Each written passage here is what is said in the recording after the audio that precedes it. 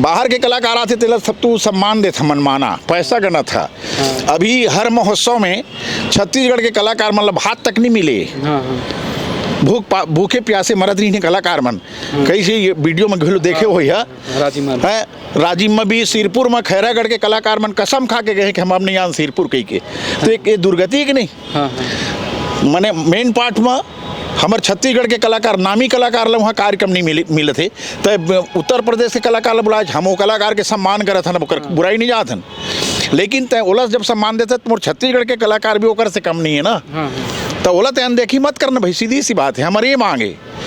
तो हम माननीय मुख्यमंत्री जी से पूरा कलाकार की तरफ से सब कलाकार निवेदन करत हन कि ऐसा संचालक नहीं चाहिए संस्कृति विभाग में जिन छत्तीसगढ़ के कलाकार के अवहेलना करे, उपेक्षित करे, शोषण करे, ओकर मान सम्मान के कोई ख्याल न रहे। ये नहीं होना चाहिए।